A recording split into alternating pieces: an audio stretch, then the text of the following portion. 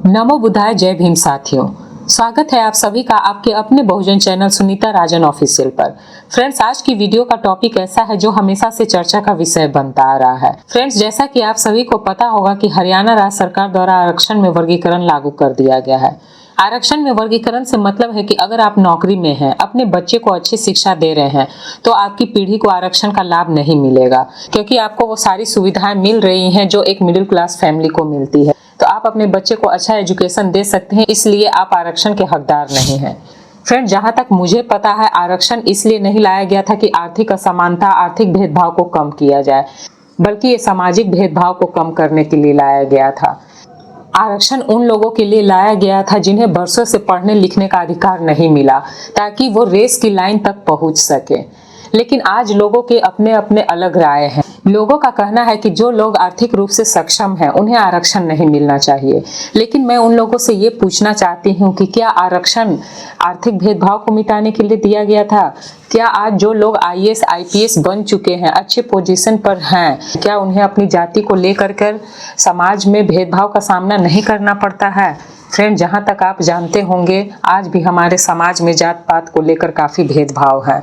आए दिन आप सुनते होंगे कि जो लोग पिछड़े हैं उनके साथ भेदभाव हो रहा है, उनका शोषण किया जा रहा है। कई गांवों में दलितों के साथ मारपीट की जाती है, कानूनी सहायता उन्हें नहीं दी जाती है।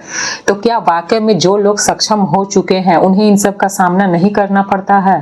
फ्रेंड्स, आरक्षण को इसलिए नहीं लाया गया था कि आर्थिक भेदभाव कम किया जाए, बल्कि आरक्षण इसलिए लाया गया था कि सामाजिक भेदभाव को मिटाया जाए और संसद में सभी लोगों की बराबर की भागीदारी हो। कई लोग हैं जो आरक्षण का सही अर्थ नहीं समझते हैं। रिजर्वेशन क्यों दिया गया ये उन्हें पता ही नहीं है। तो आइए आज की वीडियो में हम इसी पर बात करेंगे। हम जानेंगे कि रिजर्वेशन क्या है और इसे क्यों लागू किया गया था। तो आइए हम वीडियो को स्टार्ट करते हैं। फ्रेंड, जैसा कि आप सब जानते हैं, इंडिया में पहले कास्ट नहीं बल्कि वर्ण सिस्टम था, जिसमें 4 वर्ण थे: ब्राह्मण, क्षत्रिय, वैश्य और शूद्र। पढ़ने लिखने का अधिकार सिर्फ ब्राह्मणों का था। ब्राह्मणों के अलावा अगर कोई और किसी अक्षर का उच्चारण भी कर लेता तो उसे कड़ी सजा दी जाती थी ब्राह्मणों द्वारा। कड़ी सजा मतलब इतनी कड़ी सजा कि उनकी जुबान कटवा दी जाती थी, कानों में शीशे पिघलाकर डाल दिए जाते थे। कहने का मतलब कि पढ़ाई और अक्षर ज्ञान का अधिकार सिर्फ ब्राह्मणों को था। रक्षा और राजपाट संभालने का अधिकार क्षत्रियों का था। वैश्य सिर्फ व्यापार करते थे और जो शूद्र थे वे इन तीनों वर्णों की सेवा करते थे। कितनी अजीब बात है। जो हुनरमंद लोग थे, जिनके अंदर कला थी, जो मेहनती थे, उन्हें शूद्र वर्ण में रखकर बाकी के तीनों वर्णों की सेवा करने का काम सौंपा गया था। अब ये तो आप भी समझते होंगे कि जिनके पास एजुकेशन और पैसे बढ़ते गए वो स्ट्रांग होते गए और अपने अनुसार रूल बनाने लगे। शूद्रों को ना तो पढ़ने का अधिकार था, ना ही धन संपत्ति रखने का, तो उनकी स्थिति दिन प्रतिदिन खराब होती चली गई और पूरा सिस्टम भेदभाव में बदल गया। आज भले ही रिजर्वेशन की बात की जाती है, लेकिन अपर क्लास के पास एजुकेशन में 100% रिजर्वेशन हजारों सालों से था और वो आगे बढ़ते रहे। आप इस बात से कल्पना कर सकते हैं कि सड़कों पर चलने तक का रिजर्वेशन 100% अपर क्लास के पास था। बैकवर्ड क्लास को तो रोड पर चलना भी अलाउ नहीं था। बैकवर्ड क्लास को अपने गले में कुल्हड़ लटकाकर चलना पड़ता था ताकि वो जमीन पर थूक ना पाए, और कमर में पीछे झाड़ू बांधी रहती थी। वो इसलिए कि जब वो जमीन पर चले तो उनके पैरों के निशान झाड़ू से मिट जाएं, जिस पर अपर कास्ट चल सके, क्योंकि निशान पर अपर कास्ट के पैर पड़ जाने से वो अपवित्र हो जाएंगे। इस तरह का भेदभाव की जाती थी। अनटचेबिलिटी, छुआछूत, ये इंडिया की रियलिटी है, इसे हम इग्नोर नहीं कर सकते हैं। एकलव्य और अर्जुन की कहानी से भी आप समझ सकते हैं कि एकलव्य अर्जुन से ज्यादा टैलेंटेड था, फिर भी सिर्फ अपनी कास्ट की वजह से कुछ नहीं कर पाया। फ्रेंड्स, आप खुद कल्पना कर देखिए कि जिसका छूना तक अलाउ नहीं था, पानी के कारण मर जाएगा इंसान, लेकिन पानी पीना अलाउ नहीं था, उनका मोरल कितना डाउन हो जाता होगा, आप कल्पना भी नहीं कर पाएंगे। कहने का मतलब कि इंसान तो दूर की बात है, जानवर से भी खराब स्थिति थी बैकवर्ड क्लास के लोगों की। अब इन सब के कारण न तो उनकी शिक्षा हो पाई, न नौकरी, न ही कोई संपत्ति थी उनके पास, जिसके कारण उनकी कैपेबिलिटी डे बाय डे, पीढ़ी दर पीढ़ी कम होती गई। और इन सब बातों को बिना समझे लोग बड़े आसानी से बोल देते हैं कि बैकवर्ड क्लास कम कैपेबल होते हैं। आम भाषा में तो ये तक कह दिया जाता है कि जीन्स स्ट्रांग होते हैं अपर क्लास वालों की। जैसे आप भी कई बार सुने होंगे कि आप SC ST लगते नहीं हो, या फिर ये कि ये असली राजपूत है, या ये असली भूमिहार है, ये सारी बातें हैं तो आम बोलचाल की भाषा, लेकिन एक्चुअल ये बताती है कि हमारी सोच कैसी है। फ्रेंड्स, इस रियलिटी को कोई नहीं नकार सकता कि बैकवर्ड क्लास से हजारों सालों से अपॉर्चुनिटी छीनी गई है। ऐसा नहीं था कि बैकवर्ड क्लास कैपेबल नहीं थे। हिस्ट्री अगर देखें इंडिया की, तो इंडिया के जो शिल्पकार थे वो बहुत ही अधिक स्किल्डफुल थे। बाहर के देशों से लोग देखने आते थे कि यहाँ के लोहार आयरन में कार्बन क्यों मिक्स करते हैं ताकि जंग न लगे। पीतल के बर्तन बनाने का प्रोसेस बहुत अच्छे से इन्हें पता था, जबकि बाहर के लोगों को सोने और पीतल में डिफरेंस तक नहीं पता था। और ऐसे कई उदाहरण हैं। इतने स्किल वाले लोगों को छुआछूत और भेदभाव और धर्म के नाम पर हजारों सालों तक दबा कर रखा गया। जो लोग मूर्ति बनाते थे, जिसकी पूजा की जाती थी, उन्हीं लोगों को मंदिर में जाना वर्जित था। आज भी कई मंदिरों में ये प्रथा है। फ्रेंड्स, सोचिए, जिस इंसान के हाथों में ऐसी कला है कि वो मिट्टी को आकार देकर उसे पूजने लायक बना सकता है, ऐसे हुनरमंद लोगों को उस मूर्ति के पास जाना अपवित्र बताया गया। और लोग कहते हैं कि रिजर्वेशन क्यों दिया जा रहा है। इसलिए जब हमारा देश आजाद हुआ तब डॉक्टर भीमराव अंबेडकर जो संविधान निर्माता हैं, उन्होंने बैकवर्ड क्लास के लिए रिजर्वेशन उपलब्ध कराए, जिससे देश के सभी लोग आगे बढ़ सके और देश की तरक्की हो।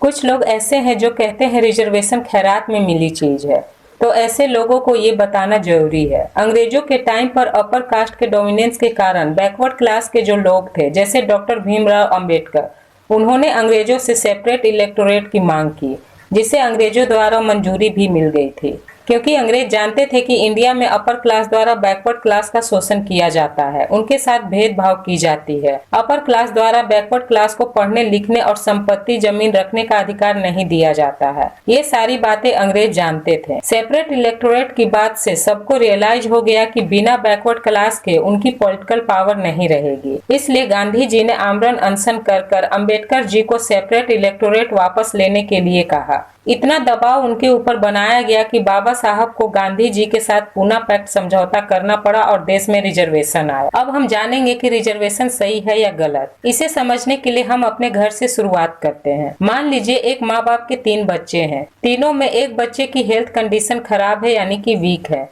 उसे डॉक्टर ने कहा है कि इसे अच्छी खुराक की जरूरत है, तो क्या हम ये कहेंगे कि नहीं, मेरे लिए सभी बच्चे एक समान हैं और इतने राशन में सबको एक जैसा मिलेगा? या फिर हम उस बच्चे को ज्यादा दूध, अच्छी खुराक, अच्छा खाना, अच्छी देखभाल करेंगे जो वीक है? तो क्या ये गलत होगा?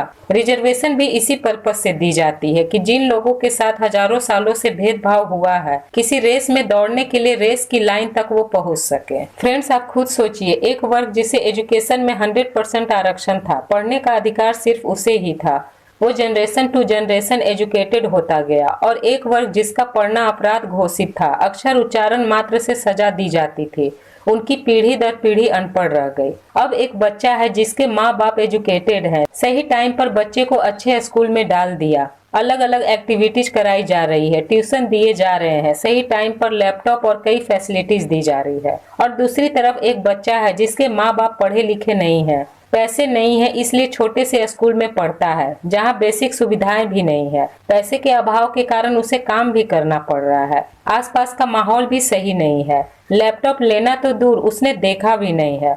अब इन दोनों बच्चों की नौकरी लगेगी तो किसकी लगेगी? ऑफ कोर्स पहले बच्चे की ही लगेगी, वही सक्सेसफुल होगा, आगे बढ़ेगा। तो ये एक साइकिल बन जाता है, उसकी जनरेशन को भी सारी फैसिलिटी मिलेगी, वो भी सक्सेस होंगे, पीढ़ी दर पीढ़ी उनकी सक्सेस बढ़ती जाएगी, और जो अनसक्सेस है उसकी जनरेशन उसी विशेष साइकिल में घूमती रहेगी। SC/ST कितने पीछे हैं इसका अंदाजा इस बात से लगाया जा सकता है कि भले ही एजुकेशन में रिजर्वेशन है, नौकरी में रिजर्वेशन है, उसके बाद भी उस रिजर्वेशन की सीट लेने के लिए मिनिमम जो चीज है वो नहीं है उनके पास। बैकवर्ड क्लास के लिए एक गांव से निकलकर उस सीट को लेना ही अपने आप में बड़ा टास्क है। आज भी लोगों को अच्छे कपड़े पहनने, मूछ रखने, शादियों में घोड़ियों पर बैठने पर जाति के भेदभाव का सामना करना पड़ता है। आज भी कई पोस्ट ऐसे हैं जहां बैकवर्ड क्लास का रिप्रेजेंटेशन नहीं है। SC/ST की कई सीटें खाली पड़ी हुई है, जितने भी बड़े पोस्ट हैं उन सब पर अपर कास्ट के लोग हैं। 2020 के डेटा के अकॉर्डिंग 42,000 पोस्ट जो रिजर्व है SC/ST OBC के लिए वो खाली है। ऐसे ही 81 सीट PhD कोर्स और 16 IITs में खाली हैं। हालात ऐसे हैं कि इस खाली सीट को लेने के लिए जो बेसिक रिसोर्स चाहिए वो तक नहीं है बैकवर्ड क्लास के पास। सोचिए क्या मानसिकता है समाज की। लोग बिना सच्चाई और अतीत जाने अपना माइंड सेट कर लेते हैं। अंग्रेजों से लड़ाइयां लड़कर हमने देश तो आजाद करा लिया, लेकिन आज भी जाति की गुलामी से हमारा देश आजाद नहीं हुआ है। आजादी के इतने साल बाद भी अनटचेबिलिटी जैसी चीजें हमारे समाज में आज भी मौजूद हैं, जो हमारे देश को खोखला कर रही हैं। रिजर्वेशन ही एक ऐसा टूल है जिसकी वजह से ये भेदभाव का डिफरेंस खत्म हो सकता है। हालांकि ये काफी स्लो काम कर रहा है, लेकिन कर रहा है। कई बार लोगों से आपने सुना होगा कि रिजर्वेशन इनकम बेस्ड होनी चाहिए, लेकिन लोग ये समझ नहीं पा रहे हैं कि कास्ट बेस्ड रिजर्वेशन लाई क्यों गई है। देखिए, रिजर्वेशन को कभी भी इसलिए नहीं लाया गया था कि लोग ऑल ओवर इंडिया में फाइनेंशियली इक्वल हो जाएं। अगर आप कॉन्स्टिट्यूशन के आर्टिकल 14, 15 और 16 पढ़ेंगे तो उसमें इकोनॉमिक इक्वलिटी जैसे वर्ड कहीं यूज नहीं किए गए हैं, बल्कि रिप्रेजेंटेशन वर्ड यूज हुआ है। ऐसा इसलिए है क्योंकि रिजर्वेशन कोई पॉवर्टी एलिमिनेशन स्कीम नहीं है, बल्कि रिजर्वेशन सिर्फ और सिर्फ इसलिए लाया गया ताकि जो हजारों सालों से बैकवर्ड क्लास पर अत्याचार हुआ है और जो डिस्क्रिमिनेशन हुआ है उसको हटाया जा सके। इन सारी बातों को जानते हुए भी देश में ईडब्ल्यूएस लाया गया। ईडब्ल्यूएस इकोनॉमिकली वीकर सेक्शन के लिए 10% का कोटा है। ये इनकम बेस्ड रिजर्वेशन है जो जनरल कैटेगरी को दिया जाता है। कुछ लोग कहते हैं कि हमारे पुरखों ने जो गलतियां की उसकी सजा हम क्यों भोगते हैं, लेकिन ऐसे लोगों को जब अपने एंसेस्टर की प्रॉपर्टी लेनी होती है तो वो पीछे नहीं हटते हैं। कई लोग जो रिजर्वेशन के अगेंस्ट में है वो ईडब्ल्यूएस पर चुप रहते हैं क्योंकि इससे उनका फायदा है, जबकि देश में पॉवर्टी रिलेटेड कई स्कीम्स और प्लान ऑलरेडी चल रहे हैं। आप किसी को पैसे से भले अमीर बना दो, लेकिन उसकी कास्ट उसके साथ हमेशा रहती है। कई बार देखा भी गया है कि आदमी अमीर होने के बावजूद भी कास्ट को लेकर उसके साथ भेदभाव की गई है। ये बात आप सब भी जानते हैं। अगर गरीबी की वजह से कोई आगे नहीं बढ़ पा रहा है तो उसके लिए national family benefit scheme, national old age pension scheme, MNREGA, NREGA जैसी ये सारी चीजें हैं। बिलो पॉवर्टी लाइन परिवारों के लिए अलग अलग स्कीम है, सब्सिडीज हैं। अमीरों पर ज्यादा टैक्स लगाकर गरीबों की और ज्यादा मदद सरकार कर सकती है। कॉर्पोरेट टैक्स बढ़ाया जा सकता है। गरीबी हटाने के लिए पॉवर्टी वेलफेयर प्लान स्ट्रॉन्ग होने चाहिए। रिजर्वेशन लाने के पीछे बेसिक कॉन्सेप्ट यही है कि जो बैकवर्ड क्लास है उसका रिप्रेजेंटेशन बढ़े, जिससे बैकवर्ड क्लास का कॉन्फिडेंस लेवल बढ़ पाए और लोगों द्वारा उनकी कास्ट को लेकर उनसे भेदभाव नहीं किया जाए। क्योंकि बैकवर्ड क्लास का रिप्रेजेंटेशन रहेगा तो उनकी प्रॉब्लम सुनी जाएगी, कानूनी रूल्स बनाए जाएंगे, कोई उनके साथ डिस्क्रिमिनेशन करने की सोच नहीं पाएगा। इसलिए रिजर्वेशन जरूरी है। कई लोगों का मानना है कि अब देश में रिजर्वेशन की जरूरत नहीं है क्योंकि अब एससी, एसटी, ओबीसी और जनरल सभी एक लेवल पर आ चुके हैं और इसके लिए कुछ आईएएस, पीसीएस का एग्जाम्पल देकर ये बात की जाती है। लेकिन आप खुद देखिएगा, जहाँ भी आप रहते हैं वहाँ जो भी सफाई कर्मी है, गार्बेज ले जाने वाले लोग हैं, उनमें से 20 से 30 लोगों से आप पूछ कर देखिए कि कितने लोग उनमें जनरल कास्ट के हैं। उस दिन आप समझेंगे कि रिजर्वेशन की जरूरत क्यों है। हाल ही में गवर्नमेंट यूपीएससी के लिए लेटरल एंट्री रिक्रूटमेंट लाई थी, जिसमें बिना एग्जाम के डायरेक्ट इंटरव्यू के थ्रू लोगों का रिक्रूटमेंट हो रहा था। इसमें रिजर्वेशन नहीं था। इसमें जितने भी लोग सेलेक्ट होकर आए उसमें एक भी बैकवर्ड क्लास का नहीं था। अगर आज की डेट में रिजर्वेशन बंद कर दिया जाए तो जो स्लो स्पीड में बैकवर्ड क्लास आगे बढ़ रहा है वो बिल्कुल ही रुक जाएगा। आज भी देखिए तो अपर कास्ट पॉपुलेशन में बहुत ही कम है, फिर भी मैक्सिमम इम्पोर्टेंट पोजीशन पर, लैंड ओनरशिप या बिजनेस, सभी पर सबसे ज्यादा हिस्सेदारी अपर कास्ट की है और ये कोई कोइंसिडेंस नहीं है। देश भर की जितनी भी इम्पोर्टेंट पोजीशन है उसमें 400 से अधिक आरटीआई डाली गई। उसमें बैकवर्ड क्लास का रिप्रेजेंटेशन न के बराबर था, या यूं कह लीजिए नील था। 2020 की घटना आप देख लीजिए। विकास कुमार को इसलिए गोली मार दी गई क्योंकि वो छोटी जात का होकर मंदिर में घुस रहा था। अभी हाल ही की घटना देखिए, एक अपर कास्ट द्वारा एसटी के ऊपर पेशाब करने की घटना सामने आई। एक रिपोर्ट के अनुसार हर घंटे 2 दलित को असॉल्ट किया जाता है, हर दिन 3 दलित औरतों का रेप होता है, हर दिन 2 दलित के घर जला दिए जाते हैं। ये हर दिन का एवरेज है पूरे देश में। 2014 की रिपोर्ट के अनुसार 27% इंडियंस अपने साथ आज भी अनटचेबिलिटी महसूस करते हैं। एजुकेशन जैसी चीजों में भी अनटचेबिलिटी देखा गया है, जहां लोअर क्लास के स्टूडेंट के साथ डिस्क्रिमिनेशन होता है। मध्य प्रदेश के एक अधिकार अभियान के तहत सर्वे किया गया जिसमें देखा गया कि 88% दलित स्टूडेंट के साथ डिस्क्रिमिनेशन होता है। वहीं 79% ऐसे स्कूल हैं जहां मिड डे मील दलितों को टच करने नहीं दिया जाता है। 35% ऐसे स्कूल हैं जहां दलितों को साथ बैठने नहीं दिया जाता है, यहां तक कि उनके प्लेट्स भी अलग मार्क्ड होते हैं। 2022 में राजस्थान के जोधपुर में एक केस सामने आया था जिसमें 9 साल के बच्चे को एक टीचर द्वारा इतना मारा गया था कि उस बच्चे की मौत हो गई थी। वो टीचर अपर क्लास का था और बच्चे की गलती बस इतनी थी कि उसने पीने के पानी वाले बर्तन को छुआ था। क्योंकि वो दलित था, उसे टीचर के मार के कारण अपनी जान गंवानी पड़ी। ऐसी कई घटनाएं हैं जो लोगों को मालूम भी है, फिर भी कुछ लोग हैं जो रिजर्वेशन का विरोध करते हैं और SC ST OBC के लिए अपने मन में गुस्सा लिए घूमते हैं। आज भी इंडिया में रिजर्वेशन की जरूरत है और अगर रिजर्वेशन हटाना ही है तो देश में सेपरेट इलेक्टोरेट लाई जानी चाहिए, जिससे बैकवर्ड क्लास का बौद्धिक और बेसिक डेवलपमेंट हो सकेगा और उन्हें रिजर्वेशन की जरूरत नहीं पड़ेगी।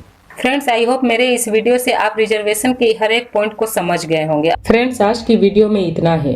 इस चैनल पर मैं बाबा साहब और तथाकथित बुद्ध के जीवन से जुड़ी बातों और घटनाओं को बताती हूँ और उनके विचारों को बताती हूँ। मेरी हमेशा कोशिश रहेगी कि इस चैनल के माध्यम से मैं अपने बहुजन समाज के लोगों को जागरूक कर सकूँ। अगर मेरी वीडियो आपको अच्छी लगती है तो प्लीज इस वीडियो को लाइक एंड शेयर करें और चैनल को सब्सक्राइब करें। साथ ही बेल आइकन प्रेस करना ना भूलें। हम इस चैनल पर ऐसे ही इंफॉर्मेटिव वीडियो आपके लिए लाते रहते हैं। Thank you for watching.